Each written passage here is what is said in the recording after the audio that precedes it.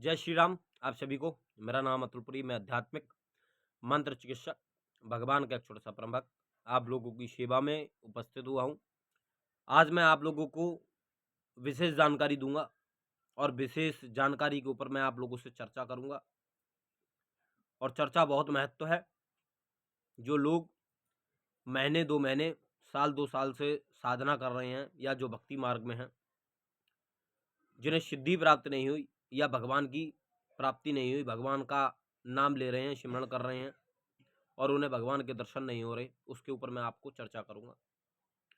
पहली बात, आप लोग इस बात का विशेष ध्यान रखें, हर किसी को आप साधक ना समझें। यूट्यूब पर बहुत सी ऐसी जानकारियां होती हैं जो पूर्ण नहीं होती हैं। मैं भी आप लोगों को पूर्ण जानकारी नहीं देता हूं। मैं आप लोगों को उतनी जानकारी देता हूं जिससे आपको भगवत प्राप्ति हो और सिद्धि प्राप्त हो। मैं अन्य कोई भी जानकारी आप लोगों को नहीं प्रदान करता हूं। क्यों नहीं करता हूं? क्योंकि आप लोगों का मन और ध्यान भटके ना। साधना करने के लिए बहुत सारी चीज़ों का हमें ध्यान रखना पड़ता है। अगर हम पूर्ण तरीके से साधना करते हैं, अगर हम हनुमान जी की साधना करते हैं, तो हनुमान जी यंत्र की स्थापना करनी पड़ती है।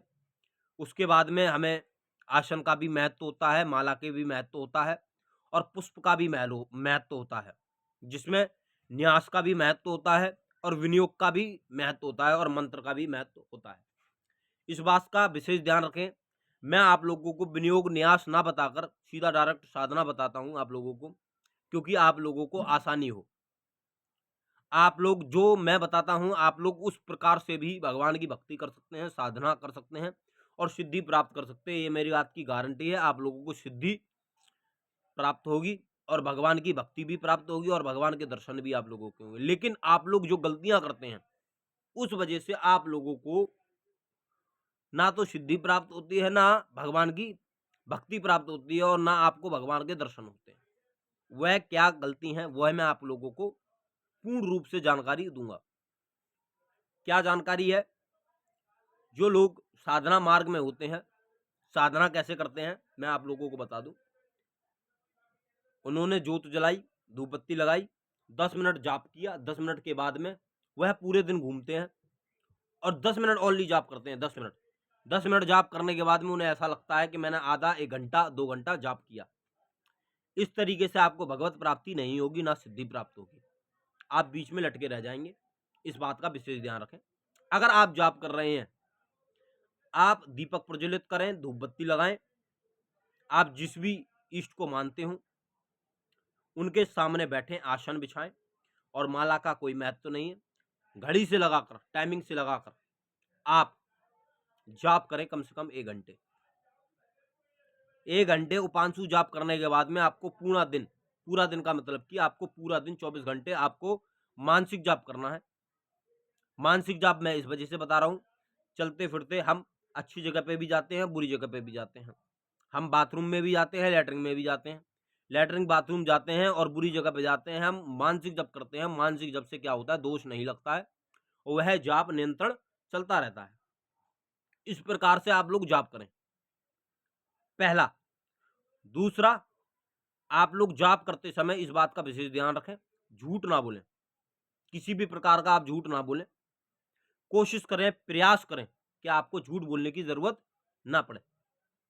तीसरी महत्वपूर्ण जानकारी कि आप जब साधना कर रहे हैं, आप किसी बहन बेटी को गलत नजर से ना देखें। आपके मन में किसी भी प्रकार का मलिन विचार ना पैदा हो। आप फोन में किसी भी प्रकार की मलिन चीज ना देखें, गंदी चीज ना देखें, जिससे आपकी साधना खंडित हो या भगवत मार्ग में अड़चन आए। इस बात का आप विशेष ध्यान रखें।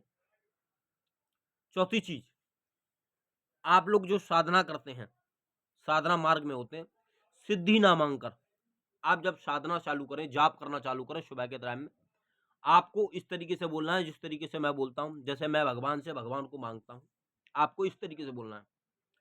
हे बजरंगबली महाराज, मैं तेरी शरण में आया हूं, मुझे अपनी शरणागति प्रदान करो और मैं तेरे लिए इस आसन पर बैठा हूं और मैं सिर्फ तुझे प्राप्त करना चाहता हूं। हे बजरंगबली महाराज, मुझे सिर्फ तू चाहिए और मुझे दर्शन देकर तृप्त करो। हे प्रभु हे नाथ, मुझे आप दर्शन दो। मुझे संसार में कुछ भी नहीं चाहिए, सिर्फ आपके बगैर। हे प्रभु हे नाथ, मुझे आप दर्शन दो। जब भी आप यह बोलकर जाप करेंगे तो भगवान आपको दर्शन देंगे। पहली बात, भगवान आपको दर्शन देंगे। दूसरी बात, अगर आपको स्वप्न दर्शन होते हैं तो स्वप्न दर्शन आप किसी को ना बताएं। आपको पूर्णा भी हो रही है तो भी आप किसी को ना बताएं, व्याख्यान ना करें। जब आप दर्शन का भेद खोलने लग जाते हैं तो आपको दर्शन होना बंद हो जाते हैं, जीवन में कभी दर्शन नहीं होते हैं। तीसरी चीज, जब भगवान आपको पूर्ण रूप से दर्शन देंगे वो आपको आज्ञा चक्र में दर्शन देंगे। यह मैं आपको नहीं बताऊंगा कि कैसे दर्शन देंगे, यह आप लोग बताओगे मुझे कि आज्ञा चक्र में कैसे दर्शन होते हैं। तब मैं आपको बताऊंगा कि पूर्ण दर्शन है या नहीं है। ठीक है जी। तीसरी चीज, आप किसी भी प्रकार का भोजन, जिसे बोलते हैं तामसिक भोजन, ग्रहण नहीं करेंगे। तामसिक भोजन का मतलब कि मांस, मदिरा, मदिरा का मतलब कि दारू, बियर, और मांस का मतलब कि बकरा, मुर्गा, मछली इत्यादि वगैरह का किसी भी जीव का आप भोजन नहीं करेंगे। दूसरी चीज, आप विशेष ध्यान रखें, अंडे का भी सेवन आप नहीं करेंगे। बहुत से लोग कहते हैं कि अंडा शाकाहारी होता है। अंडा शाकाहारी नहीं होता, मांसाहारी होता है। उसमें किसी जीव का शुक्राणु होता है, वह शुक्राणु धीरे धीरे बड़ा होता है, फिर उसके बाद में वो बच्चे में तब्दील हो जाता है। आप इस बात का ध्यान रखें, भोजन का ज़्यादा महत्व होता है इसमें भी। और प्रयास करें कि लहसुन प्याज छोड़ सकते हैं तो आप छोड़ सकते हैं। अगर नहीं छोड़ा जाता है तो कोई दिक्कत नहीं है, आप लहसुन प्याज का सेवन कर सकते हैं, लेकिन आपको सात्विक ही भोजन करना है। यह जानकारी है सारी। इस बात का अगर आप विशेष ध्यान रखेंगे तो आपको भगवत प्राप्ति होगी ही होगी। इस बात की मैं गारंटी देता हूं आप लोगों को। अगर आप लोगों को लगता है कि मेरा मंत्र, मैंने यह सब कार्य कर लिया है, मैं पूरे दिन मानसिक जप भी करता हूं, आसन पर बैठ के 2 घंटे या 1 घंटे जप करता हूं, मुझे महीने, 2 महीने, 3 महीने हो गए हैं। अगर कोई व्यक्ति परेशान है, आप उसके शीश पे हाथ रखें, 10 मिनट जाप करेंगे, 10 मिनट में उसका पूरा शरीर आरामदायक हो जाएगा। इससे आपको पता चल जाएगा कि आपका मंत्र सिद्ध हो चुका है और आपके पास में सिद्धि है, जिससे उसको शरीर में आराम पड़ गया। इस तरीके से आप कार्य कर सकते हैं। जो आपके मन में संकल्प होगा जन कल्याण के लिए, वही सिद्धि कार्य करेगी। दूसरी चीज, अपनी सिद्धियों का गलत प्रयोग ना करें। जिस दिन आप गलत प्रयोग करेंगे, आपकी सिद्धि कोई भी चुरा लेगा, कोई भी बांध देगा। आपकी कुलदेवी भी कोई बांध देगा, कुल देवता भी आपके कोई भी बांध देगा, आपके पितृ भी कोई बांध सकता है। बांधने का मतलब, कुलदेवी देवता को बांधने का मतलब कि मंत्र के द्वारा आपके घर में ना आने जाने का प्रावधान लगा दिया जाएगा कि आपके घर में ना आए ना जाए। इससे क्या होता है, मजबूरी जैसे वली दे देते हैं बहुत से तांत्रिक वगैरह, इस प्रकार से। ठीक है, हालांकि उनको बांध कोई नहीं सकता है, लेकिन मैं बता रहा हूं, उनके अंश को बांध दिया जाएगा, ना आ पाएंगे ना जा पाएंगे। ठीक है जी। आप इन सब चीज़ों का विशेष ध्यान रखेंगे, जिससे आपको भगवत प्राप्ति होने से कोई भी नहीं रोक सकता। ठीक है जी। आप इस चीज़ का विशेष ध्यान रखें। अगर आप इस चीज़ का विशेष ध्यान रखेंगे तो आपको भगवत प्राप्ति होगी ही होगी, और भगवान के दर्शन होंगे, आपको सिद्धि भी प्राप्त होगी। यह बात की मेरी गारंटी है। लेकिन शर्त यही है कि आपको इन सब नियमों का पालन करना पड़ेगा। जय श्री राम।